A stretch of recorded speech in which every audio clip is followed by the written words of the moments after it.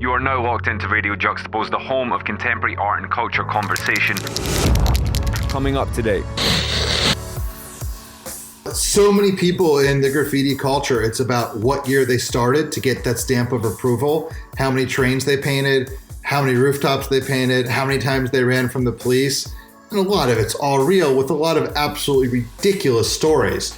A general rule that makes me roll my eyes when I'm telling the stories is, did you really start then? Because if you do the math, you were 4 years old. This is Radio Juxtapoz. When we think of street art and graffiti's biggest stars, we have the go-to names of those in the spotlight creating the work. Banksy, Shepard Fairey, REVOK, Swoon. But the culture wouldn't be where it is today without the contributions of those behind the scenes. The Jeffrey Deitches, the Martha Coopers, and the Roger Gastmans. Tagging his way through the 90s in DC, Gastman cut his teeth as an active artist. Though as time went by, he found himself settling into more supporting roles. He's gone from selling paint caps to putting on some of the most groundbreaking shows in street art and graffiti culture. In 2011, he brought the streets into the museum by co-organising Art in the Streets with Jeffrey Deitch at the MoCA in LA. And then in 2018, he effectively took a museum show back to the streets with the landmark exhibition Beyond the Streets in LA. Beyond the Streets has rapidly established itself as one of the most innovative and engaging champions of street art and graffiti culture. And in response to the absolute shit show that is 2020, they have now gone digital with a full-scale virtual art fair in partnership with the NTWRK app. Radio Juxtapoz is your regular dose of art world related insights and conversations, hosted by Juxtapoz Magazine's Evan Preco and myself, Doug Gillen. If you don't already, make sure you subscribe to the channel and give us a follow on the socials. But enough about that, time to kick things off with, to be honest, a slightly awkward moment as Roger and Evan try to remember the first time they worked together.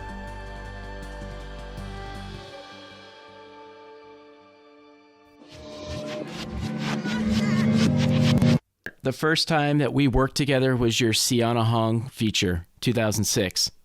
You remember that? No. Like 0%. Is that bad to say? I'm sorry, Sienna. That's really dating me too, and you. Yeah, I know. But were you doing like a graffiti section in Juxtapoz before that? Yeah, I was. I'd been turning in graffiti pages. The Juxtapoz had graffiti pages randomly throughout the years, and long stories I won't tell, but I reconnected with Juxtapoz and they wanted to start running graffiti pages and needed somebody to start sending in images. So I started sending in images and they started printing them and everybody seemed to get excited. Oh, you have a magazine? Can you interview a couple of people too that wouldn't fit in your magazine that would be fitting? Sure, why not? And so it began. While you were sleeping, what were the years of that? While You Were Sleeping, it was June 97, I think, is when the first issue was, give or take a month or two. And I left in late 2000, early 2001, and it ran for about another 12 to 18 months after me. And I started doing the graffiti pages at Juxtapoz probably 99, 2000. I don't remember. What happened to the graffiti pages in Jux? Evan, what happened to the graffiti pages in Jux? They just became like some of the articles you were doing. Okay. Because you were doing a little bit more street and graffiti stuff. But Sienna, I don't know why Sienna, that's kind of a weird one that fit into some of the other stuff you did for us. She's really nice and we're friends with her and used to see her all the time. So I'm a fan of her work. Was probably just a super easy, straightforward, hey, you guys wanted to do something with her. I was living in LA. I knew her and you all asked for me to do the Q&A. Right. Hey, that seems about the simple thing. Yeah. And I said, Did you feel a culture shift switching between While You Were Sleeping to Jux? I was working on While You Were Sleeping and Juxtapoz at the same time. And when I was working on Juxtapoz while I was working on While You're Sleeping, it was more just core graffiti and short graffiti stories. So it was very similar. By the time I started turning in more artist features and longer form stories for Juxtapoz, I had left While You Were Sleeping and was running Swindle. So it was much more in line with what we were doing there. So I'm curious because like I don't even know if I've ever asked you this before, but were you always somebody who really, really liked print? Because you've worked in magazines and books so long, which like even in a time when like it's a little bit like not as many people do that kind of stuff anymore. Like, have you always been a print guy? I've always liked print. So many people will tell you a story is I made a zine in high school, or I did this, or I collected zines. I never made a zine in my life until I was actually making printed versions of ones, like mini magazines 5-10 years ago, like full-blown show catalogs. The first thing I ever printed was While You Were Sleeping in 97, which was 24 pages, full color, at a real printer. But I always had collected magazines and just had tons and tons of them.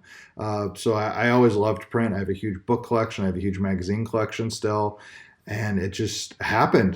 There's still something where I don't get information as well from YouTube, the internet, Instagram, you name it. Well, of course, I'm looking at it and ingesting it, but I still prefer print. I mean, when I need to read things and edit things, as much as you like, I mean, I'm still printing them out half the time and marking them up. Do you still see a culture of kids going out and doing that DIY, physical product? I definitely still see a print culture. The last few years, I've seen so many more magazines on the newsstand when I was going to the newsstand, not this year. And I've seen more zines. I've seen more printed projects. A lot of them are much more limited in their distribution and scale, but they're easier to get because you can just click on them and get them. You don't have to go to some weirdo little store somewhere in the middle of nowhere to be able to get it. People can make such a greater impact making 200 or 500 of something and really getting it out there. It's interesting that we talk about how graffiti is so tied together to zines and publications and print, but let's get back to the really beginnings. Like, what drew you to this culture in the first place? I was 13, 14 years old in Bethesda, Maryland, right outside DC, going to hardcore and punk rock shows, and all my friends had tags. A lot of my friends were a couple years older than me. I'm like, what's this? What are you doing? Like, why do you have that sticker with your name on it and you put it on the bus?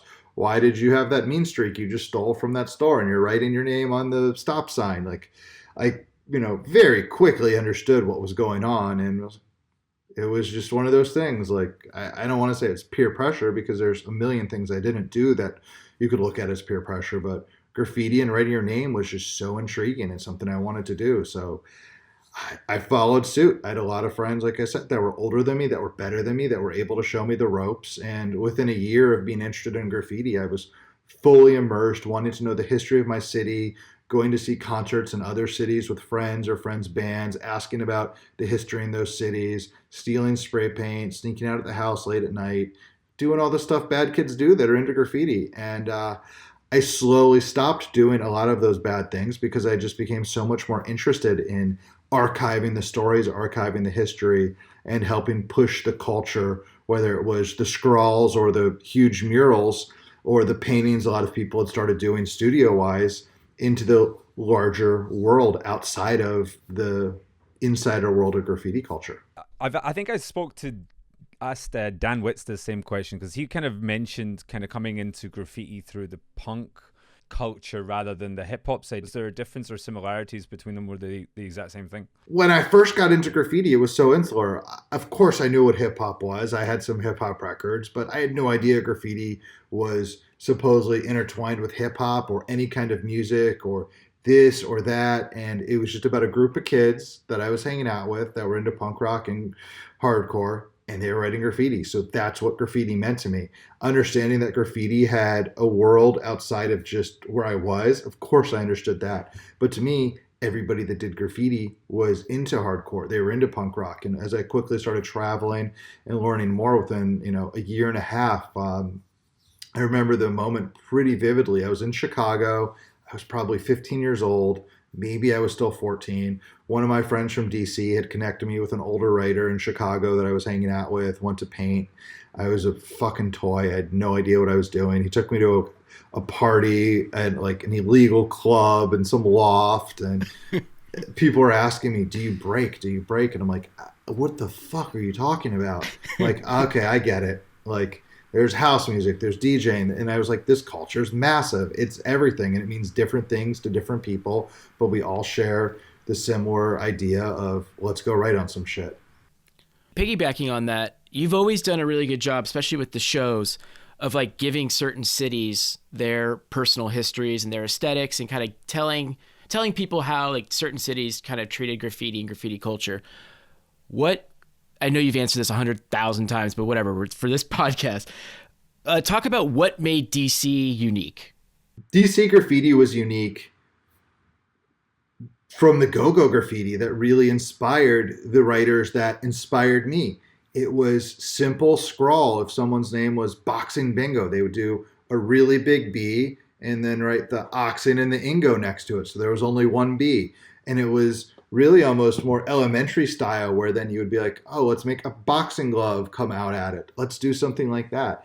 And that was really down in the neighborhoods. A lot of us were not going in. DC was a really rough place at the time. But that graffiti started to spread out. The writers that were older than me started going downtown. They started seeing it, and that really started to inspire them. And while their style didn't match that, that made DC graffiti so unique, just that lineage to that go-go graffiti, where then a lot of times graffiti writers would do their take on their go-go tag or an homage to it. But at the same time, DC graffiti was very straightforward. It was very simple, straightforward, boxy block letters where everything was supposed to have a connection. You know, your E went into your A. It definitely had a lot of links to New York City subway graffiti, if I had to say any city that it was inspired by. And of course, you could say New York City subway graffiti inspired most cities, but just the simple straight letter connections in DC, much more than the wild style aesthetic of it. What were you writing in those early days? I was writing, I love Evan Preco. My main graffiti name that I used throughout the 90s and into the early 2000s was Clear. And my main graffiti partner went by Ever, who Juxtapoz viewers or readers might know is Richard Coleman. That's right. Nice. Mr. used to be San Francisco Richard Coleman, who I don't think he's kind of not here right now. 50-50. 50-50. Do you see graffiti as something, as a culture that's kind of continuing to evolve and change, or do you see it like a game of football where the rules and the parameters are already defined and all you can do is participate in the game? The rules and the parameters are there, but as anything, they're changing. Football changes their rules. Baseball changes their rules. All sports keep changing and updating rules. The spots keep changing. The way kids are writing keeps changing. The way law enforcement cracks down is changing. Old spots will get burned. You have to pioneer new ones, new ways to do things. Every generation has a new group of teenage kids that don't give a shit about any law, any rule, or even know the rules, and just want to go break them. And as much as they want to break the regular rules of society, they probably and usually want to break the rules of graffiti too. And seeing those kids, whether their work is good, bad, or somewhere in the middle, it always shakes the culture up, and it's great to watch. Who's your most recent rule breaker? Like, who for you most recently has changed that? I wouldn't say there's one particular artist to me that's really standing out, but in the last year or even 2 years, seeing what's been happening in LA, in New York, especially with the resurgence of graffiti on the streets and the lack of it getting buffed and full-blown pieces and throw-ups on rooftops, on the street. I mean, it really reminds me of so much of what I would see in the early and the mid-90s when there was just a full-on assault on the street. People were starting to use fire extinguishers. There was every kind of thing possible. There was just, in a sense, no regard for anything and a much more sense of feeling of lawlessness. I feel that a lot more when I'm watching and seeing what's happening on the streets with graffiti in the last 18 months, especially since March.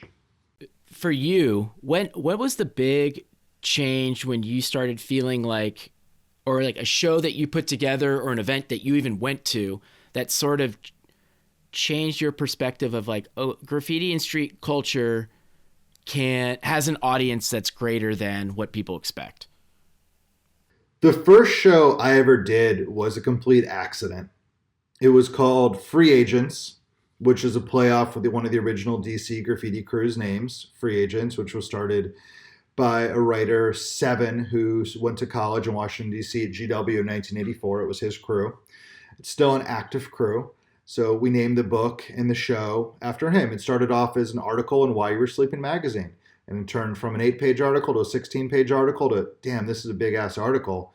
We ended up making a book called Free Agents. There was just so much content we needed to. And then with the book, we needed to have an event. A friend connected me with a gallery in D.C. down in Georgetown, right on the waterfront. They were very experiential, doing a lot of different things. No one in D.C. was doing it at the time. They had worked with Ron English. They had done early street art themselves. It was called Mocha DC, Felicity Hogan and Clark Fox. Clark Fox, who's still very active and incredible artist, really kicked me in the butt and showed me what the hell to do. I didn't even realize what a lot of the artists who's in the book studio work looked like, and a lot of the artists in the book had never even shown in a gallery or even a coffee shop before. And we asked them all for work, and they were really ecstatic. And when that book and show came out, we had so much press. It might have been more press than anything I'd ever gotten. In 2000, there's not a lot of people doing graffiti shows, especially graffiti shows about the history of DC, the nation's capital, where all the laws are going on and all these fresh young artists. And 1,000+ people must have shown up to that opening. The show got extended twice. It was in all the papers, all the magazines, all the news channels. I had no idea how to deal with it. We just did it. But that moment really made me realize, like, oh shit, there's a massive audience for this. It's not just the niche While You Were Sleeping audience. So how aware were you of like the early subway art scenes move into fine art? Like, were you, I like, just because I feel like people don't realize that like that history wasn't as easy to find back then. So like, how aware were you of like these little moments where graffiti and street art had moved into galleries or had moved into these bigger places? But was it hard to find out? Pretty early on, I realized that a lot of it had moved into galleries, but honestly, I didn't care. I wasn't for it. I wasn't against it. It was just something some people had grown up or some people were doing. It's not something my friends were doing originally. It's something pretty quickly a lot of my friends started doing and I started paying more attention to. By the time we were working on While You Were Sleeping in 97, I had a good understanding of the history of whom was going into galleries, how they were going into galleries, how the gallery system worked, and a little bit of history of what had been going on in the 80s. But there wasn't that much information out there. It was hard to find. It was really through magazines and printed, other printed pieces that I would find information. For you, did you see, and this is probably again a question that you'll have been asked 1,001 times, did you see like a clear morphing between the culture of graffiti into what is street art? Or were these just two separate things for you that were kind of existing on their own paths? Graffiti and street art are such different beasts and such different things. They play in the same playing field. They're almost like kissing cousins. They use a lot of the same tools. Very early on, they were just so different to me. Couldn't be more different. You're over here or you're over here. By the time 98, 99, 2000 hit, I really started to see them merging together. There were more collectives of people doing things. Barnstormers in New York were doing things. People like Shepard Fairey, WK Interact, Invader, Banksy. There are a lot of names like that were starting to do things. And they were starting to do a lot of illegal things. And they'd been doing those illegal things for a while. And just like a graffiti writer, you do it for a few years, you make enough noise, whether you like it or not, you have to pay attention. You have to accept these things.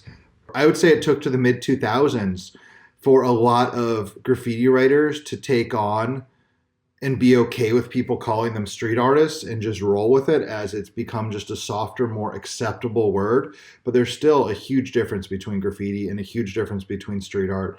Right now, it's just a blended world. And you know what? If we need to say the word street art to get people to pay attention and really teach and learn and educate, great. And street art's incredible and graffiti's incredible. And when they merge together, you just have a bunch of cool shit on the street. Now, I wanted to ask that later on, but you just brought it up now. Like, when you're doing these shows, like Beyond the Streets, and putting together packages to get, sponsorships or whatever, do people still have a slight stigma about graffiti? People definitely still have a stigma about graffiti, but they listen a lot more than they used to, and they actually usually come off of it. Street art is a much safer word when you're dealing with anyone in the corporate world anywhere. For you, and I've asked this question to 1,000,001 people, but for you, what was the difference between these two, between graffiti and street art, especially going back to those earlier days? Graffiti, even going back into the 70s and 80s, it's about writing your name over and over again for the sake of fame, whether it's a scrawled tag with no style to eventually developing incredible style, to bubble letters, throw-ups, silver, straight letters. It's writing your name over and over again. Once in a while, it's comes along with a character, or once in a while, you might not be writing a name and you're spray painting an icon.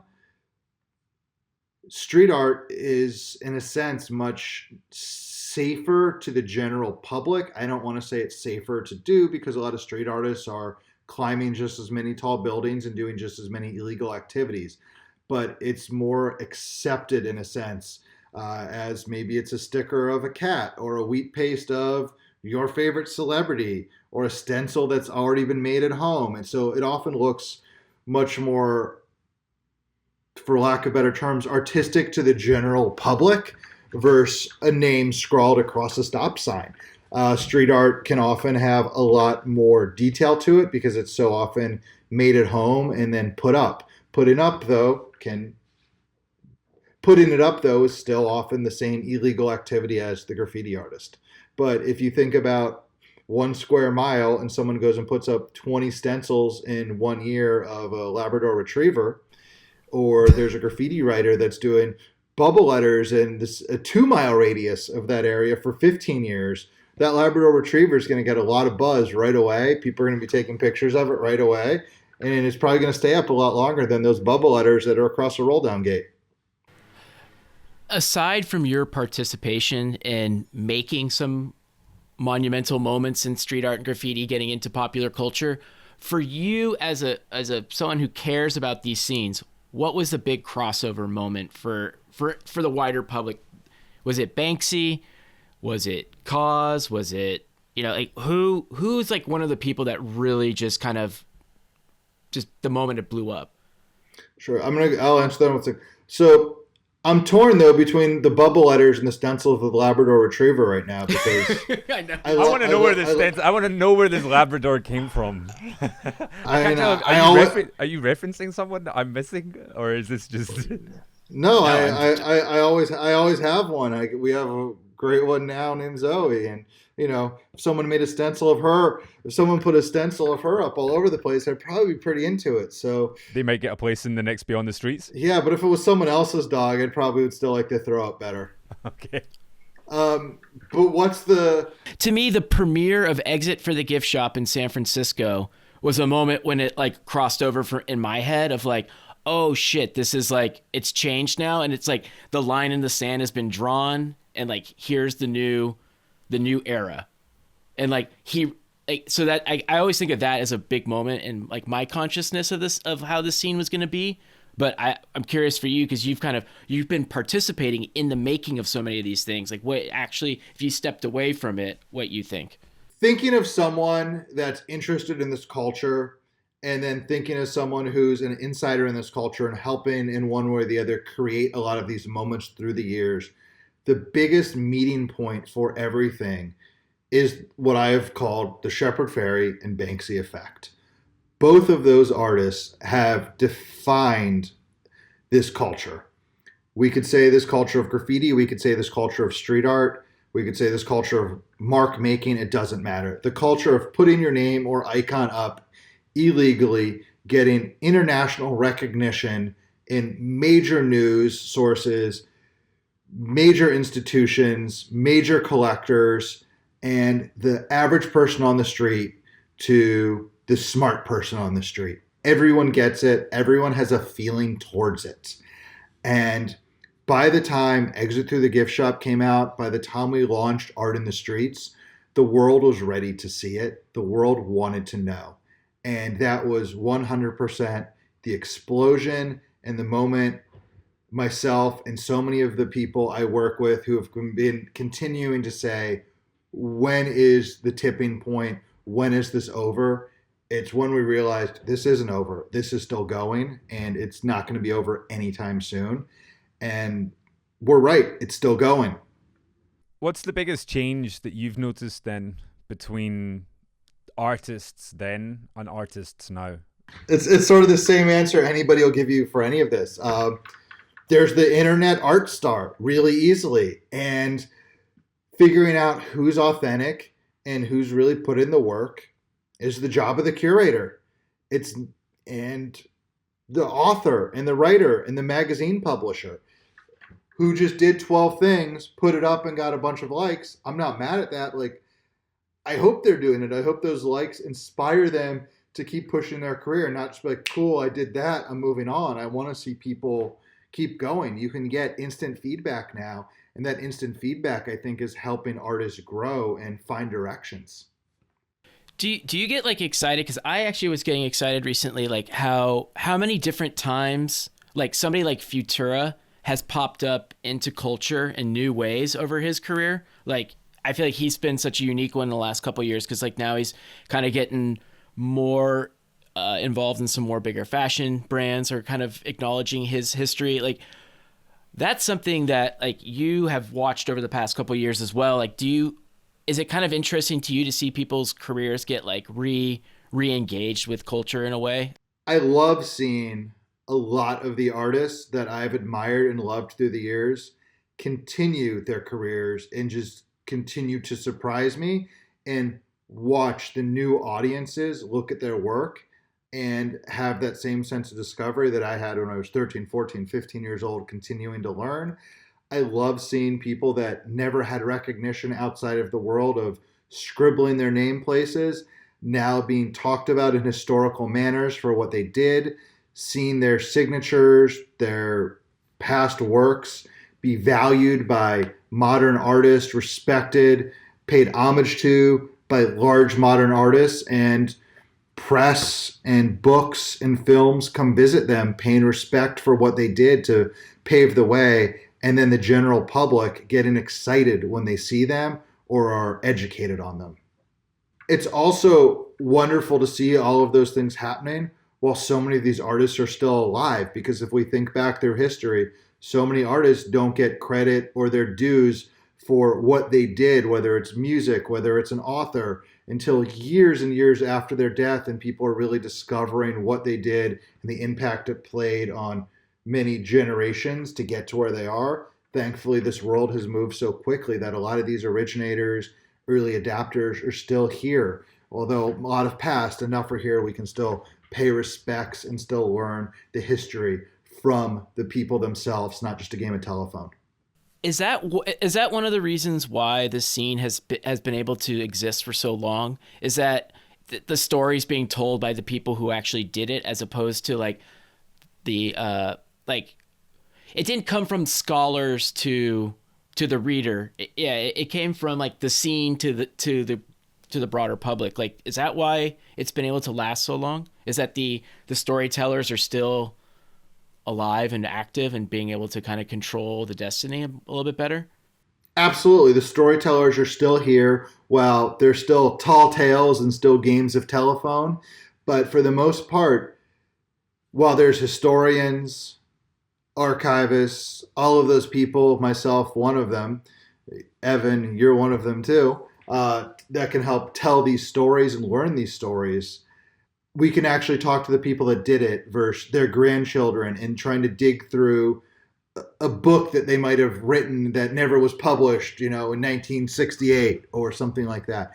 They're there. We can go to the source. We can go to their friends. We can go to their family. We can really get different takes on things. Wait, what's the biggest tall tale? I want to know, like, what's a really good like graffiti tall tale? Come on. Oh, there's so many, but the general rules in graffiti is everyone full of shit about what they painted and everyone full of shit about the year they started. Does everyone take off 10 years? No, everyone wants to have started earlier. Yeah, that's what I mean. Add on 10 years. Yes. Take off 10 exactly. years. Yeah. So many people in the graffiti culture, it's about what year they started to get that stamp of approval, how many trains they painted, how many rooftops they painted, how many times they ran from the police. And a lot of it's all real with a lot of absolutely ridiculous stories. But a general rule that makes me roll my eyes when I'm talking to a lot of writers when I'm telling the stories is, did you really start then? Because if you do the math, you were 4 years old. I remember at the opening of Beyond the Streets in New York, Blade was talking to Martha Cooper, and he was telling some great stories about whoever lived closer to the train lines could like just got away so much easier with doing pieces because they get into their mama's apartment before the cops could catch them. And I was like, I like those kind of stories. Like, it's true. I mean, everybody has different stories about their neighborhoods, and it's not necessarily who really was first ever, because you could argue that so many times.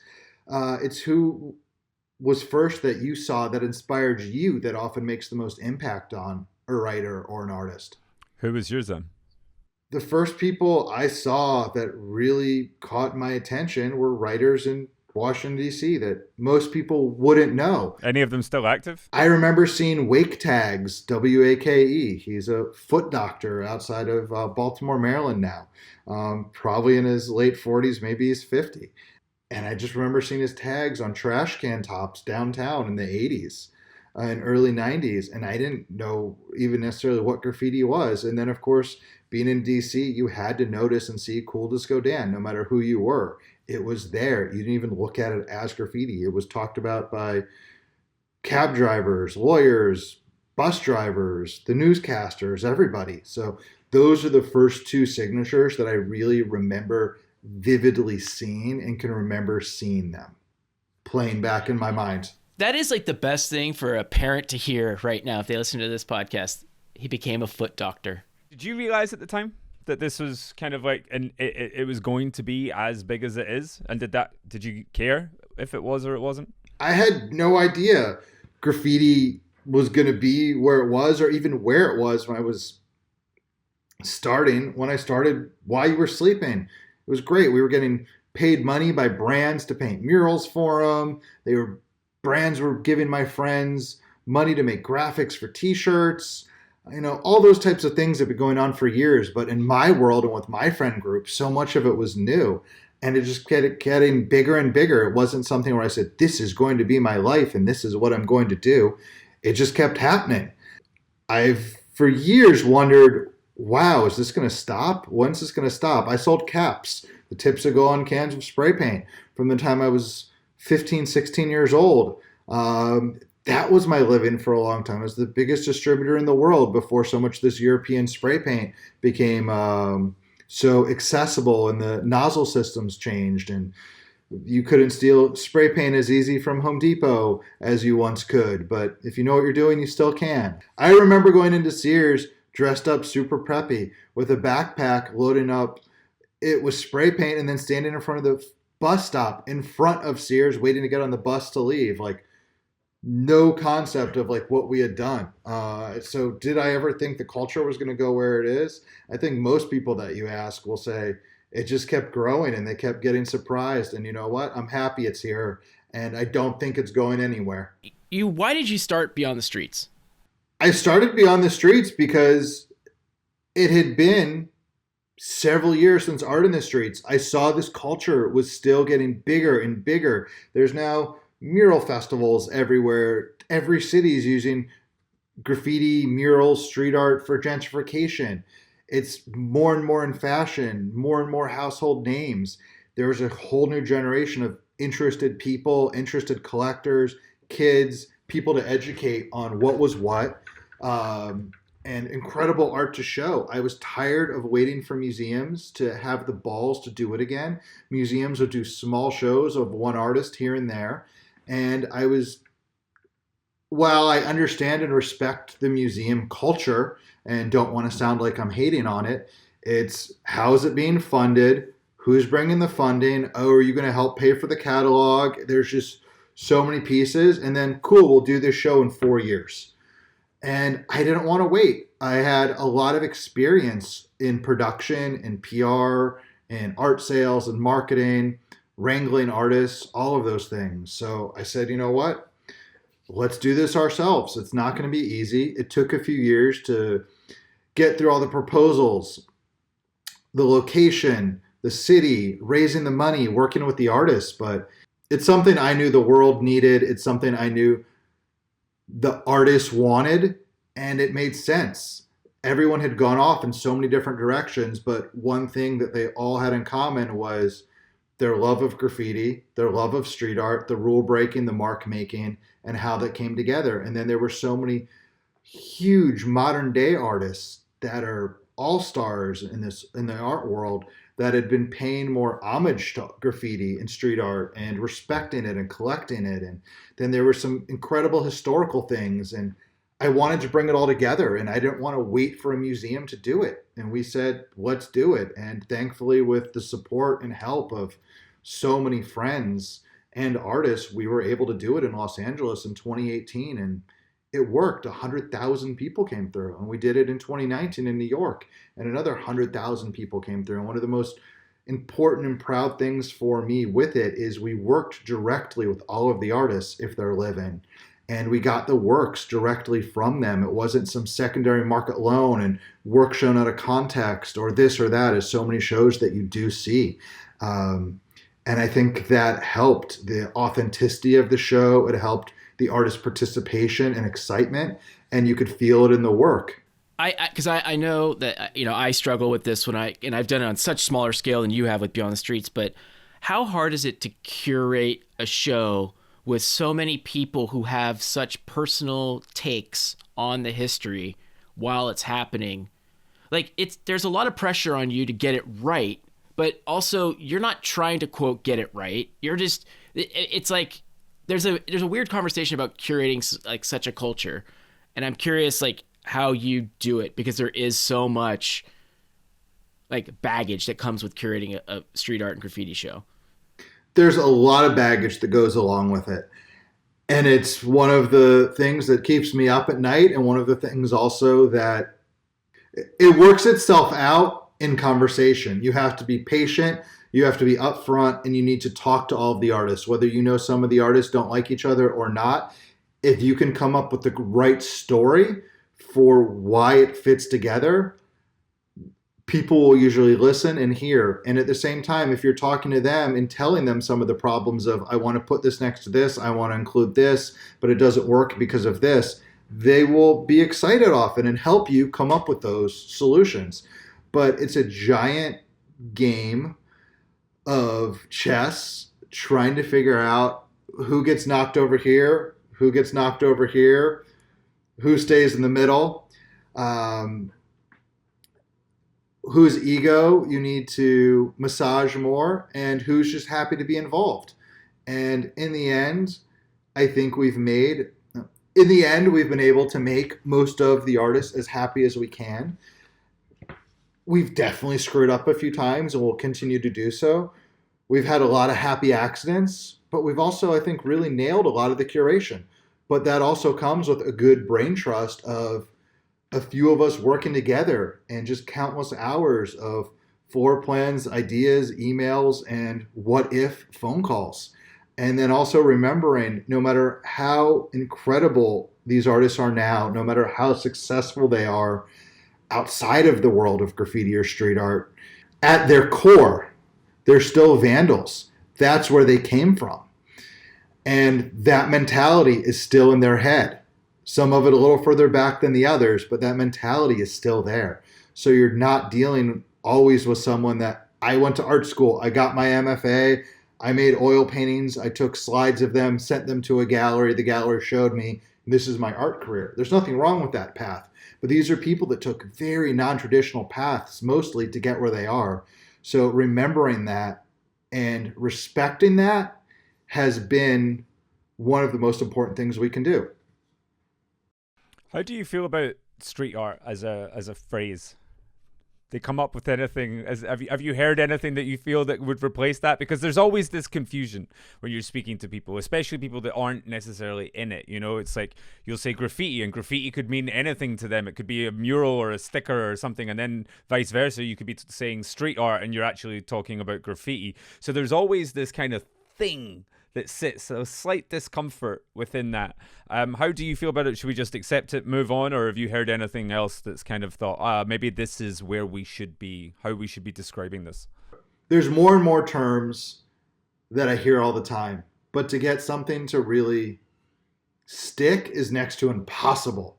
Street art is a term that's here. Graffiti is a term that's here. Muralism is a term that's here. Let's just accept those three, accept that the general public, no matter how smart they are not necessarily educated on the difference of those three words or three terms, because there's no reason for them ever to have been educated. So let's take it as our opportunity, even the three of us and so many more journalists and people like us, just to educate people on what those three terms are and how they cross over. So we won't see you saying urban contemporary on your website anytime soon. No, I do not like that term. It's interesting because, like, you know, I was lucky enough to just even be around for the LA and New York shows, and there was energy and nerves about the openings for those things, because there's so many things that go into putting together such a big show. And there was a couple times for the LA show, like, is this going to open? Even New York, the venue changed. All these things that happened, but you pulled it off. This new one is such a different experience. How are you feeling with pressure right now? Because this is such a different, like, doing something online is so much different than physicality. So how is this going for you? I'm tired, but you know what? I'm home. Okay, so you're still tired. So it's still the same stuff.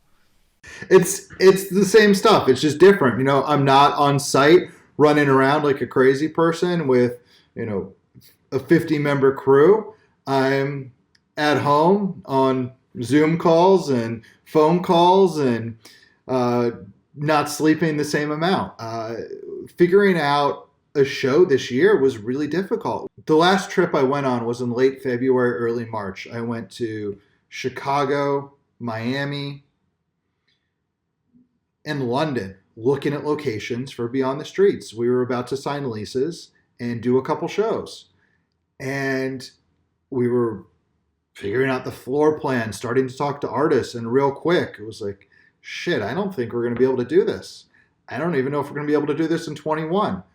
What can we do? And we saw the very quick rollout of a lot of viewing rooms and this VR experience and that, and all of it was great. And I'm still for all of that, but that wasn't the experience I wanted to create with Beyond the Streets. And Beyond the Streets, you really come in and there's a huge sense of discovery, because most of the people coming to Beyond the Streets don't know whom a lot of the artists are. And that's the point, you know, they're there to discover. It's the whole idea of the entire culture they're coming to visit.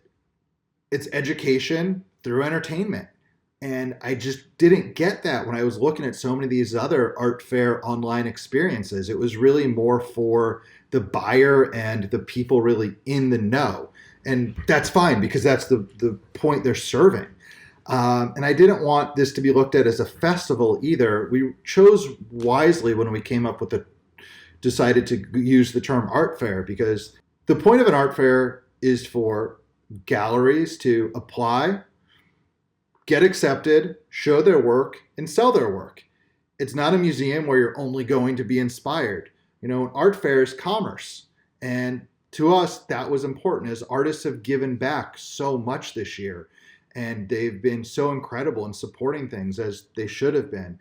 I wanted to make sure we could do something for artists at the same time and really show that we love and support the artists and really put them in the forefront.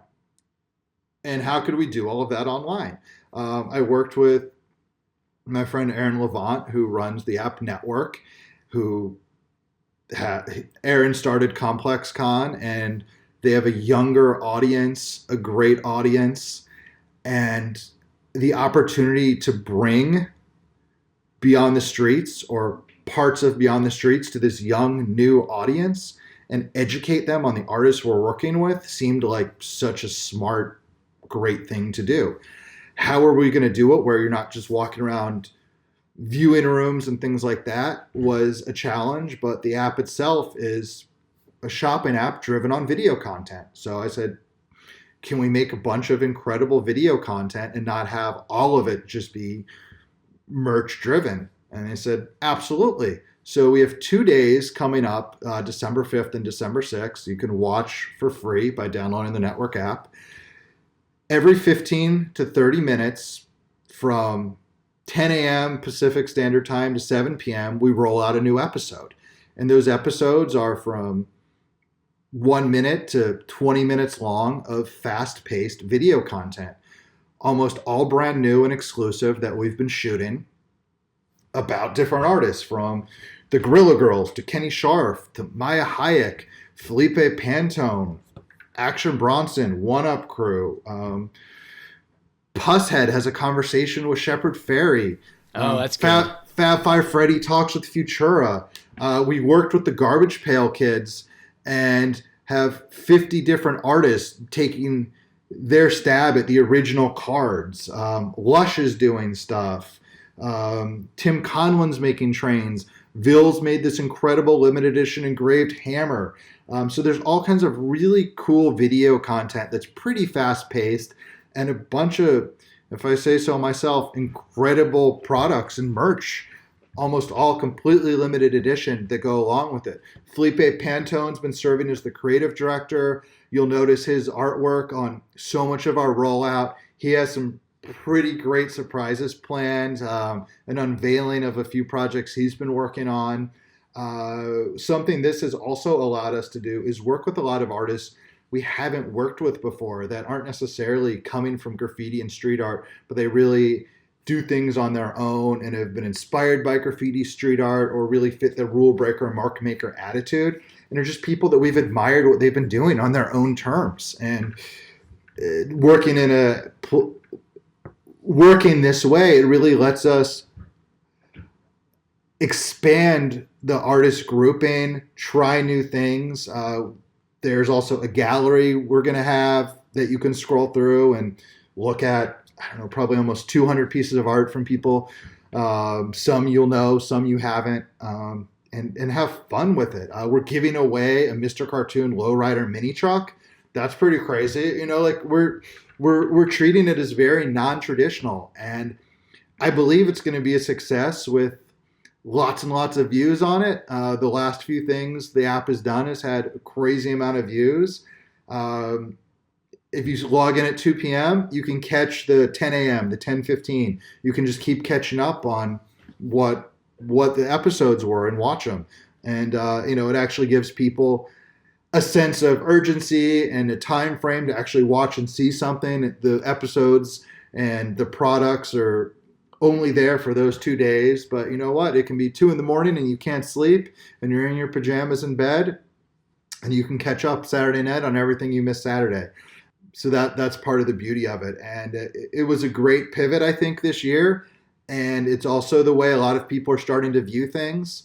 But I want to be really clear. It's not a first person, I'm walking around, I'm at Burning Man experience like they tried to create or anything like that. It's fast-paced video content of a lot of artists you know, a lot you don't know, and a lot of incredible limited edition products that go along with it. The pandemic hit and now people are looking to more digital spaces.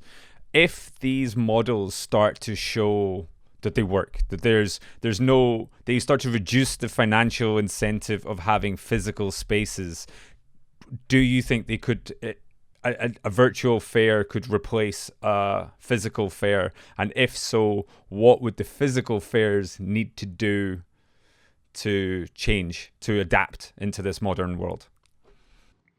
I've thought about that a lot. I don't think the virtual fair will ever completely replace an in-person museum experience or fair experience, because there's just something about seeing things in person, being there, interacting with your friends, that no matter what kind of group chat you're on or how great the Zoom technology gets, you're never going to be able to replicate that.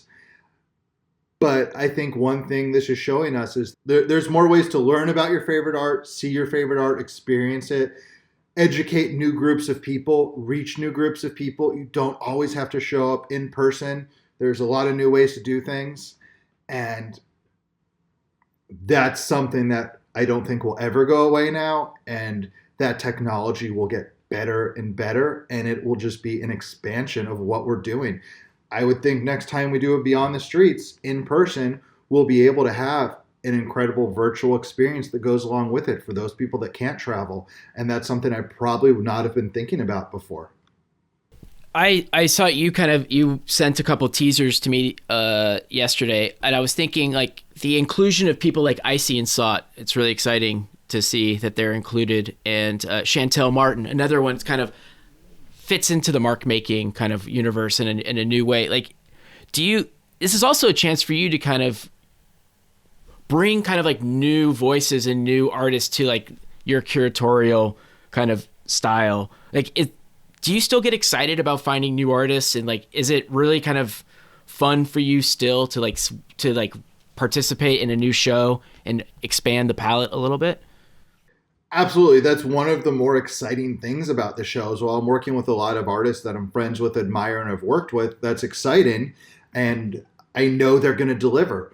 But the unknowns and working with new people and seeing how the audience is going to react, how our current fan base is going to react, is this artist audience going to want to come over here and see what we're doing, and just learning it more about the new artists. Not new in the world to art, but new in myself working with them has been really fun and a good challenge. Also, the opportunity to reach out to a lot of people I've been fans of for years and years that it wasn't the right time to work with them. It just didn't fit in what we were doing at the time. Not because they were bad artists, just because, you know what? I only have so much space and I'm telling a specific story. But right now, it's a much greater opportunity to open it up and try new things and see what people like. Do you try to avoid words like definitive? The word definitive is a scary word. It's an important word, and everyone has their own version of history, though. So definitive will mean something different to the graffiti historian or pop art historian, street art historian from Miami, Chicago, and LA. It's always going to mean something different. I've used the word to describe some of the things I've done through the years, and even somewhat in Beyond the Streets. But it's a word I'm always ready to have someone argue with me on. And I often just say back, tell me what has been, in a sense, more definitive to this time frame. I doubt there's been a show that's paid as much respect to the historical, the mid-career, and the now as what we've done with Beyond the Streets. But I welcome people to challenge me and to do more. I completely will agree with them that there's dozens and dozens of people that are deserving, if not hundreds, to be in the show. And you know what? I hope as the shows continue, we're able to include more of them. And I also hope it inspires people to go do more shows, to prove me wrong. Please. Right. I'll show up. So wait, how often does it happen for you where you're like, wow, I just found out about this new guy in 1978 that 5 people now have told me about that I need to start including? Like, do you still get those moments? I get those moments less, but I still get those moments. Absolutely. If Carlo McCormick has a joint and all of a sudden starts talking about somebody from 82, are you kind of like, I haven't heard about that guy? And then you hear that person's name again. Like, does that still happens every once in a while? It absolutely still happens. No question. And sorry, Carlo. I didn't mean to out you. Yeah. Thanks, Carlo. but also at the same time, I need to remember, while each city has those definitive people, I need to look at things on a global scale and what is going to attract that audience to what we're doing. And then how can I start including more and more of those, I don't want to call them footnotes, but pieces that there might not be as much historical, historical documentation. No, I need to keep thinking and I need to work on including those things, but a lot of times there's not as much historical documentation of those things. So finding those is one thing. if the person is someone you really hadn't heard of that much, there's a good chance they unfortunately might not be living anymore, or they might have just completely changed what they were doing. And it was really important for those 6 months or year and a half they were doing it and whom it inspired, but it might not have caught on enough. So we need to be careful with how we deal with it and what light we shine on it. But there's always lots of artists that have been working for dozens of years that have not had the proper shine that I would like to and hope to be able to continue to spotlight. You know where has a really good history for this culture? London. It does. London's on my radar. London's on my radar. We were going to be in London this year. Yeah. Is that still a maybe? It's, I mean, not for this year. No, but obviously it's still, not this year. Just roll it out in the next week. Yeah. Surprise! It's still on the radar. It's where I'd like to go to next, and I think we just all need to see how the world continues to react in the coming months and coming year, and hopefully it's still on the horizon. There will be massive in-person shows from Beyond the Streets. I just can't tell you if it's going to be in 21 or 22 yet, or what the exact cities will be. But don't worry, we are coming back, and we are actively building our archives, our research, talking to artists, and coming up with ridiculous ideas of things to do. Roger, what's the holy grail for you? As a collector, as somebody who has been immersed in trying to preserve this history, like what for you is a holy grail object, story? What's the holy grail for Roger Gastman in this culture?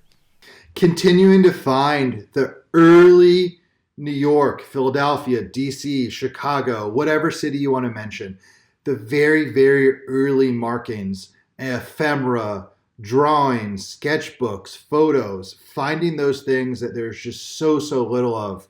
If we're talking about Philadelphia and New York, the late 60s and early 70s, not much survived. I have a few paintings from that era. I just got an incredible book of tags from 71 to 73 that has never been seen before. A lot of people have never even seen tags from those people other than on photos and walls. They don't exist in anyone else's black book that survived that we found. Getting those things preserved and archived are the holy grails for me, whether it's Washington, D.C., and we find an archive of go-go tags from the 80s or political graffiti from the riots in the late 60s that we discover from a photographer. Being able to preserve the historical components to this culture are the holy grail, because as the years go on and as more and more people disappear, being able to have captured their stories and those few photos are really going to make a difference. In 10, 15 years when we're having this conversation, those are the pieces that we will be talking about that are in a lot of these museums that are now a little iffy. But unfortunately, I think more of these artists are going to have to die. More people like us, as we get older, will become in more power on more boards of those museums, curators at those museums, etc. And this work will become more important. I have one last question. Who's the greatest living artist? Who's the greatest living artist? That's like such a trick question. I can't answer that. Who's the greatest living artist? That just gets me in trouble because, you say something and then someone's like, you didn't pick me. You're an asshole, Roger Gastman. You're off the Christmas card list. Okay. You can plead the fifth on that one then. The Holy Grail one was good. The Holy Grail one was, that was my last question. Hey, all right, so I have a question. How do you do all this stuff without coffee? I've never drinking coffee in my entire life. It just blew my mind during all the setups of your shows. You never, coffee is my thing. I'm always shocked you never have coffee in hand. Coffee culture drives me crazy. Hold on, let's stop here. Let's get a coffee. Hold on, I can't do this. Hold my coffee. Like, you're coming to work, you want coffee, get up 10 minutes early, get your fucking coffee and drink it, and come to work and be productive. I just like the fact that you do not partake in any of those vices. No. But coffee is one that always surprised me. What about tea? Do you drink tea? No, I don't like any hot drinks. I drink caffeine once in a while, not all the time, but I'll drink a Coca-Cola once in a while. I drink a lot of water. Once in a while, I'll have some lemonade. Treat myself with a root beer here and there. Root beers, it's never never done it for me. I love it's root beer. not a thing over A&W here. root It's not beer. a thing. Oh, it's not really. No, you wouldn't be able to find root beer. I think you'd have to go to a specialist shop to buy. You could maybe get it in London, but wait. So you like A&W? I like A&W. I always like Barks though. I like the little kick the Barks has. Yeah, my parents always had Diet Barks in the house because I'm a diabetic. But now my dad has found Diet A&W for me, which I love. Yeah. Okay. Yeah. Very good. Yeah. Root beer. It's definitely good to leave it. I think everybody should go get a 6-pack of root beer or diet root beer if you're diabetic. Yeah. Sit down and watch what we have coming December 5th and 6th. It's going to be good. It's free. It's fun. And you don't have to get dressed or go anywhere. thanks again to Roger for sitting down with us a week before his show. I can only imagine how busy he must be right now. Be sure to head over to Beyond the Streets for all the info on the fair's programme, and most importantly, be sure to download the Network app and enjoy the experience for yourself. I'm going to leave you guys now with really just me and Evan discussing slowly growing old, not so gracefully. Till next time. You look like a cat burglar. I fucking woke up 15 minutes ago, asshole. Oh, we just stole some Christmas presents from all the kids. I turned 39 the other day. Oh. And this is not because of that. I didn't even send you a message, did I? I don't think I told anyone. No, I didn't know. But I realized like immediately my body hurt more. Yeah. I got that after 32, I think it was. I was like, Really? I got past 30 and I was like, oh, this is fine. I don't know what everyone's complaining about. And then I'm like, whoa.